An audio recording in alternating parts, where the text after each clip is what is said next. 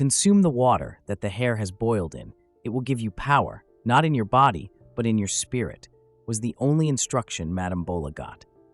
Madame Bola's salon stood at the corner of a bustling street in the heart of Lagos, a modest building adorned with vibrant posters of women flaunting flawless braids and weaves.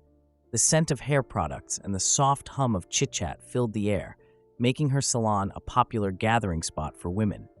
Inside, there was always a queue of customers, all eager to have their hair touched by the hands of Madame Bola, the most sought-after hairstylist in the entire state. For years, Madame Bola's hands worked wonders on all kinds of hair, kinky, curly, thick, or thin. It didn't matter. As soon as her fingers touched a head, magic began. Her fingers moved with the precision of a sculptor, twisting, parting, and shaping hair into intricate patterns that seemed to defy the limits of what could be done. Her reputation spread like wildfire. Women came from all corners of Lagos, even from neighboring towns, to sit in her chair. No one ever left dissatisfied. Her work wasn't just hairstyling, it was transformation, the kind that left people looking in the mirror with awe, barely recognizing themselves. But Madame Bola's success didn't come purely from her skill. Beneath the surface of her flourishing business lay a dark secret, one woven into the very foundation of her success. Years ago, when her salon was on the brink of collapse, Madame Bola was desperate and was willing to do anything. Competition was fierce, and despite her talents, her small shop struggled to stand out. One fateful evening, as she walked home under a heavy sky in Lagos Island, she encountered an old herbalist by the roadside. The herbalist, sensing her distress, offered her a proposition, a ritual that could turn her fortunes around. Desperate to save her business, Madame Bola accepted without asking for the implications. The herbalist led her to his dimly lit shop, filled with jars of strange herbs and artifacts. He taught her a ritual involving the hair she collected from her clients, a ritual that required her to boil the strands in a pot filled with enchanted water, prepared with a secret blend of herbs passed down for generations. The herbalist's voice was low and commanding as he instructed, "Consume the water the hair has boiled in. It will give you power, not in your body, but in your spirit. Your hands will move with grace no one has ever seen, and your clients will be drawn to you like moths to a flame."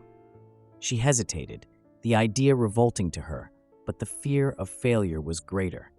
She took the herbalist's advice, and to her amazement, her business began to thrive. Clients flocked to her salon, and her work was celebrated. Yet, despite her newfound success, a gnawing sense of dread began to build in her. Each night, as she performed the ritual in her small kitchen, she felt an unease settle in her bones. Every night, after the last client left and the shop was quiet, Madame Bola would sweep the floor meticulously, gathering every shed hair with a careful eye. To her clients, these were mere leftovers from a day's grooming, but to her, each strand was precious. In her kitchen, she would prepare the pot of enchanted water. The liquid was dark and thick, an unsettling blend of mysterious herbs that gave off a potent smell, an acrid mix of burnt sage, decaying leaves, and a metallic tang, like iron. As she dropped the hair into the pot, the water would bubble and hiss, almost as if alive. A thick steam would rise, filling the room with a dense fog that clung to her skin. The single candle flickered, casting grotesque shadows on the walls that seemed to shift and dance with the steam. Sometimes, as she stirred, she would hear faint whispers, indistinguishable yet eerily familiar, like her clients' voices distorted into something unrecognizable.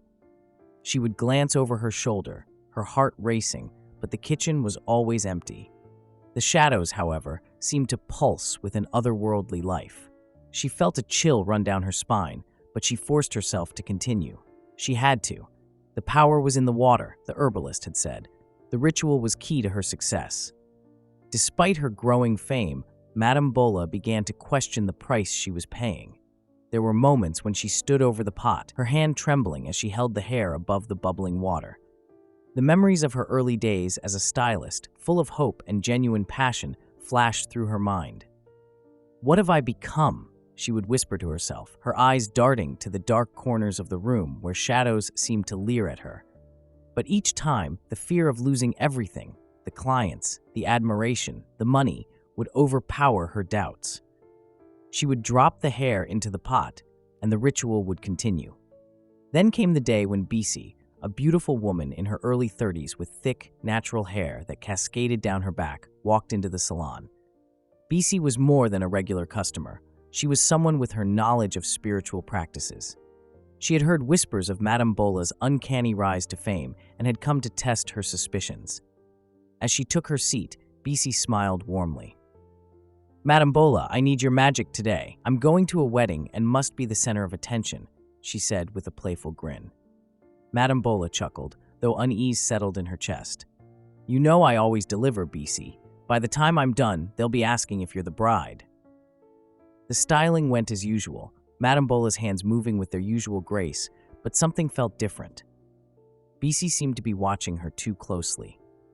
When the session was over, Bisi looked in the mirror and exclaimed, "Ah, Madame Bola, you've done it again." But then she bent down and began to pick up the small hairs that had fallen to the floor. "Ah, Bisi, no need to worry about that," Madame Bola said, trying to sound calm. "I'll sweep it up for you." Bisi's eyes met hers, sharp and probing. "No, Madame Bola, I've read somewhere that it's bad luck to leave your hair behind.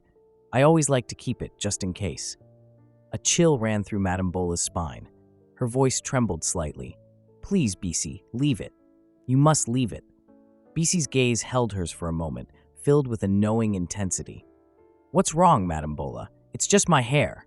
She continued to collect the strands, even reaching for the ones stuck in the comb. Panic surged through Madame Bola. "Please, Bisi," she pleaded, but it was too late. Bisi left with her hair, leaving Madame Bola standing in her salon, her heart pounding in her chest. After that day, strange things began to happen. Madame Bola started to see dark shadows darting just out of sight. At night, she heard voices whispering her name, followed by unsettling murmurs she couldn't understand.